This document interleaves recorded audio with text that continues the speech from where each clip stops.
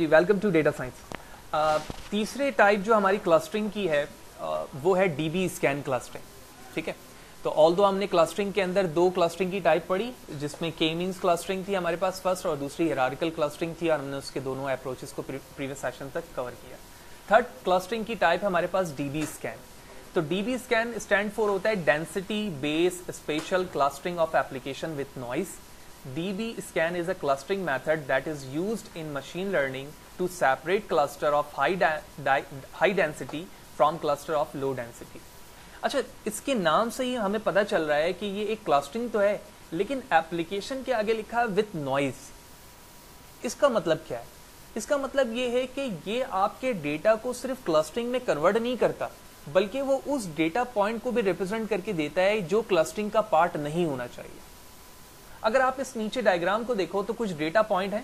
ठीक है, अगर मैं इस कलर को देखूं जो ब्राउन है, ये पूरे तमाम क्लस्टर डेटा पॉइंट मिलकर जो है वो एक क्लस्टर बना रहा है।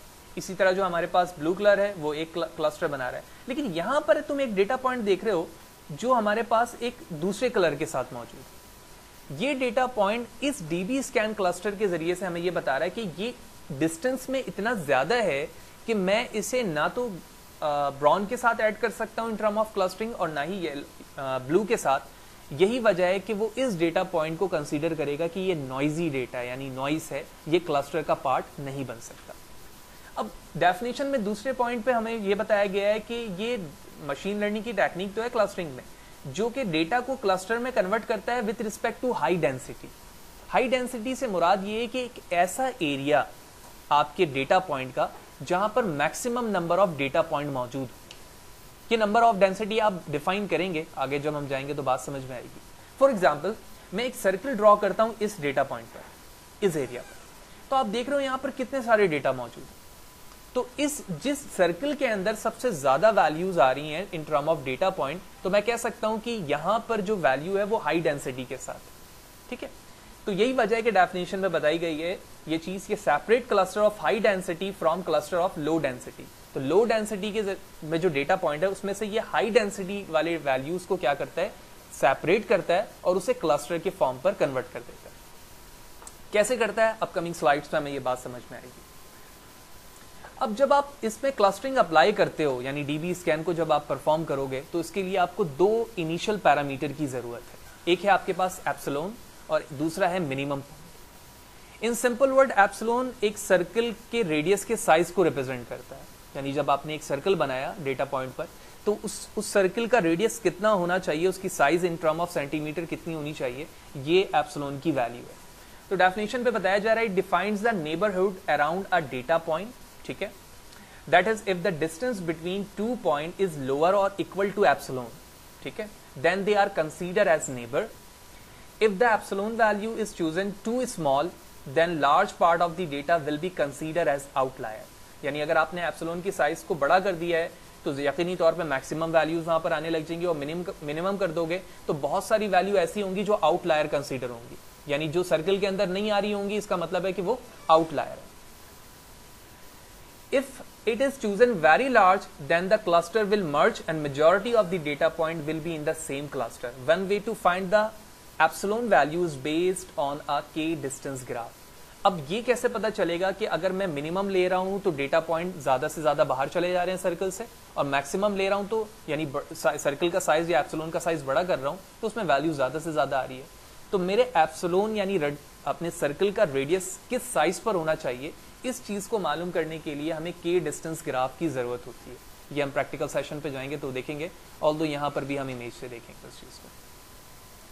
तो मेजॉरिटी नंबर ऑफ नेबर्स, ये मैं मिनिमम पॉइंट की बात कर रहा हूं, data point with in epsilon radius, यानी कितने नंबर उस सर्कल के अंदर डेटा पॉइंट के होना चाहिए, ये मिनिमम पॉइंट को रिप्रेजेंट करता है। Larger the data set, the larger value of minimum point must be chosen.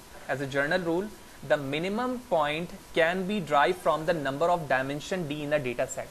यानी आप मिनिमम पॉइंट कैसे चूज करोगे सर्कल के अंदर, ये आपका डेटा पॉइंट पे डायमेंशन कितने हैं ये पहले कंसीडर करना है। इससे क्या मुराद है, देखो प्रीवियस स्लाइड के अंदर ये हमारा डेटा है, मैं अज्यूम करता हूं कि ये जो कलर है हमारा वो एक डायमेंशन को रिप्रेजेंट कर रहा है, और ये जो डेटा है ये हमारे दूसरे डायमेंशन को रिप्रेजेंट कर रहा है। तो मैं कह सकता हूं कि नंबर ऑफ क्लस्टर में इस डेटा पॉइंट पे कंसीडर कर रहा हूं d+1। यानी 2 + 1, ठीक है, अकॉर्डिंग टू दिस एग्जाम्पल, ठीक है, every time it is not true. तो यही फॉर्मूला यहाँ पे लिखा हुआ है d+1, ठीक है, तो d की जो भी वैल्यू होगी इसमें वो 1 ऐड हो जाएगा। The minimum value of minimum point must be chosen at least 3, कम से कम आप सर्किल के अंदर मिनिमम पॉइंट 3 वैल्यू को कंसीडर करेंगे, ठीक है। कैसे? देखो आपने 2 पैरामीटर को समझ लिया डीबी स्कैन में, एक एप्सिलॉन है, एक मिनिमम पॉइंट है, ठीक है। अब आप उसी दोनों पैरामीटर के रिस्पेक्ट से तुम एक ग्राफ विजुलाइज कर रहे हो और वहां पर बता रहे हो कि एक्चुअली कौन सी चीज किस तरह से काम करेगी, ठीक है। जब ये एप्सिलॉन और मिनिमम पॉइंट की थ्योरी आपके डीबी स्कैन में वर्क करने लगेगी तो वहां पर 3 इंपॉर्टेंट कॉन्सेप्ट आएंगे। एक होगा आपका कोर पॉइंट, एक होगा बॉर्डर पॉइंट और एक होगा नॉइज या आउटलायर। तुमने एप्सिलॉन की साइज फॉर एग्जांपल ली 3 सेंटीमीटर, अज्यूम करते हैं। तो जब तुमने एक सर्कल ड्रॉ किया यहां पर, तो ये जो आपका ग्रीन कलर है ये कोर है। क्यों? क्योंकि इस सर्कल के अंदर जो मिनिमम पॉइंट था हमारा वो यहां पर लिखा हुआ 4, तो वो इसके अंदर कितने पॉइंट है देखो 1 2 3 एंड 4 एंड 5, तो 5 डेटा पॉइंट है इस सर्कल से, इसके रिस्पेक्ट से। तो मैं कह सकता हूं कि ये पॉइंट हमारा क्या हो गया, कोर। इसी तरह मैंने एक और सर्कल बनाया इसके रिस्पेक्ट से, ठीक है। तो इसके रिस्पेक्ट से जब ये सर्कल प्लॉट हुई तो आप देखोगे कि इस सर्कल के अंदर क्या क्या 4 पॉइंट है? बिल्कुल नहीं है, क्योंकि एक ये रहा और एक इसके साथ ये है सिर्फ इस सर्कल में, तो ये कोर पॉइंट नहीं बन सकता क्योंकि इसके अंदर 4 डेटा पॉइंट नहीं है। तो क्या ये आउटलायर है? तो सेकंड पे हमारे पास डेफिनेशन ये है कि बॉर्डर पॉइंट। उस डेटा पॉइंट को आप बॉर्डर पॉइंट कहेंगे जो आपके कोर का नेबर होगा। तो मैं कह सकता हूं कि इसके बराबर में कौन मौजूद है, कोर मौजूद है, तो ये पॉइंट हमारा क्या बन गया, बॉर्डर बन गया। तो यही वजह है कि इसको बॉर्डर से रिप्रेजेंट किया गया। फिर हमारे पास एक फार अवे डेटा पॉइंट है, इससे मैंने एक रेडियस ली और उसके बाद इसको सर्कल में ड्रॉ किया। तो आप देख रहे हो ना ही इसके अंदर मिनिमम पॉइंट 4 है और ना ही ये किसी कोर का नेबर है। लिहाजा मैं कह सकता हूं कि ये जो डेटा है वो हमारे आउटलायर का पार्ट है, ना कि क्लस्टर का। यही same theory core and border की इसी डेटा पॉइंट पर यहां से रैंडमली चलती जाएगी। यानी इस सर्कल पे यहां पे ड्रॉ किया मैंने, क्या वो इसका कोर है? नहीं है, बॉडी है। इसी तरह से ये चलती जाएगी। यहां पर आने के बाद देखो इसको एक डेटा यहां पर कोई नहीं मिल रहा कोर, लेकिन यहां पर उसको वो डेटा मिल रहा है जो अभी हमने उस स्लाइड के अंदर एज अ आउटलायर कंसीडर की थी। तो ओवरऑल हमने यहां देख लिया कोर पॉइंट, बॉर्डर पॉइंट और नॉइज या आउटलायर क्या है। अब हमें यह समझना है कि एक्चुअली एप्सिलॉन का साइज होना कितना चाहिए, ठीक है। तो एप्सिलॉन का साइज जब हमें पता चलेगा तभी हमें यह बात समझ में आएगी कि एक्चुअली हम सर्कल कितने रेडियस के बेस पर ड्रॉ करेंगे, जिससे हमें पता चले कि एक्चुअली थ्योरेटिकली रिस्पेक्ट से उसका साइज क्या होगा। तो ये एक स्नैप है, ये के डिस्टेंस ग्राफ को रिप्रेजेंट कर रहा है जो कि हमारे डिफरेंट डेटा पॉइंट के दरमियान, ठीक है। अभी हम इसे विजुलाइज करके भी देखेंगे पाइथन पे। तो एक्चुअली ये तमाम डेटा पॉइंट के दरमियान वेरिएशन और डिस्टेंस को जाहिर कर रहा है। जो जितने भी हमारे ग्राफिकल डेटा पॉइंट हैं जो ग्राफ में मौजूद हैं एक डेटा सेट पर, वो उसे रिप्रेजेंट कर रहा है। इस ग्राफ के अंदर आप देखोगे कि ऐसा डेटा पॉइंट जो आपके एल्बो मेथड को फॉलो कर रहा है, यानी जहां पर आप अपने फिजिकली हैंड को बेंड करके देखते हैं, तो जहां पर आपका डेटा पॉइंट बेंड कर रहा है, विच मीन वो डेटा पॉइंट इस बात की निशानदेही कर रहा है कि ये वो पॉइंट है जो कि एप्सिलॉन का साइज होना चाहिए। तो इस जगह पर अगर मैं देखूं तो ये वो डेटा पॉइंट है हमारा 0.3, ऑलमोस्ट इसके नियर वैल्यू होनी चाहिए जो कि हमारे एल्बो मेथड को फॉलो कर रहा है। तो इसके रिस्पेक्ट से आप क्या बता सकते हैं कि ये डेटा पॉइंट एप्सिलॉन का साइज होना चाहिए, जिसके जरिए से आप जब अपने गिवन डेटा सेट पर, क्योंकि जो भी आपका डेटा सेट होगा उसके जरिए से आप ये जो है के डिस्टेंस मैप बनाएंगे और जो भी वाई एक्सिस की वैल्यू होगी उसके रिस्पेक्ट से आप मैपिंग करेंगे।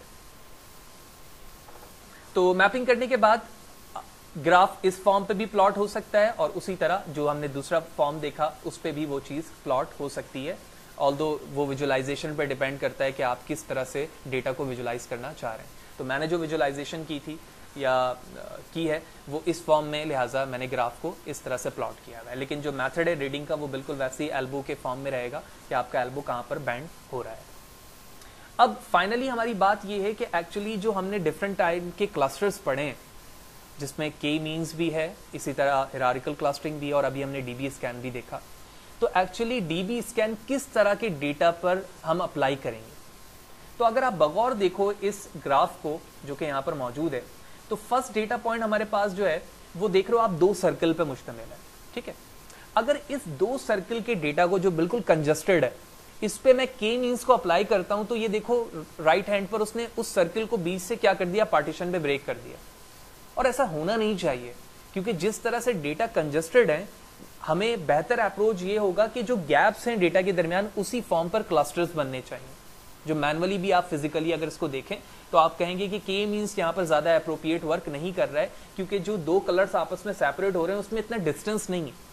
लेकिन अगर डीबी स्कैन की क्लस्टरिंग को आप देखें तो विजुअलाइजेशन करने के बाद आप ये कंसीडर करेंगे कि यहाँ पर किस टाइप के क्लस्टर को अप्लाई किया जाएगा, तो हमारे पास जो फ्यूचर प्रोडक्शन या बिहेवियर होगा डेटा का वो ज्यादा अप्रोप्रिएट होगा as compare to K means. तो यही वजह है कि यहाँ पर जो अप्रोप्रिएट क्लस्टरिंग है वो डीबी स्कैन है, जो कि फिजिकली भी हमें ज्यादा बेहतर दिख रहा है।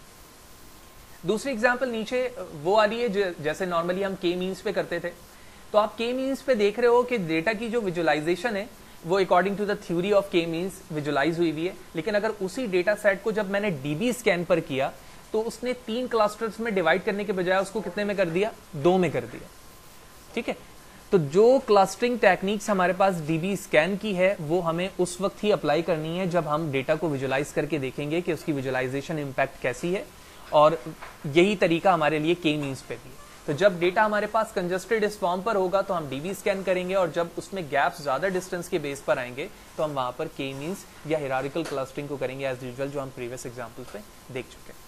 तो ओवरऑल इस सेशन के अंदर हमने ये देखा कि डीबी स्कैन क्लस्टरिंग क्या है, वो किस तरह से वर्क कर रही होती है, उसकी थ्योरी क्या है, 2 बेसिक पैरामीटर्स उसके क्या हैं कि आप उसमें एप्सिलॉन के साइज को डिफाइन करते हैं, और उसके बाद क्या डिफाइन करते हैं कि उसमें मिनिमम पॉइंट क्या होना चाहिए। फिर उसके बाद आप एल्बो मेथड डिफाइन करेंगे के डिस्टेंस के साथ, और वहां पर ये देखेंगे कि आपका डेटा बेंड कहाँ हो रहा है, और उसके बाद उसी वैल्यू को इन टर्म ऑफ सेंटीमीटर आप अप्लाई करेंगे। और देन फाइनली हमने ये देखा कि किस तरह के डेटा सेट पे हम डीबी स्कैन को अप्लाई करेंगे तो वो ज्यादा अप्रोप्रिएट रहेगा।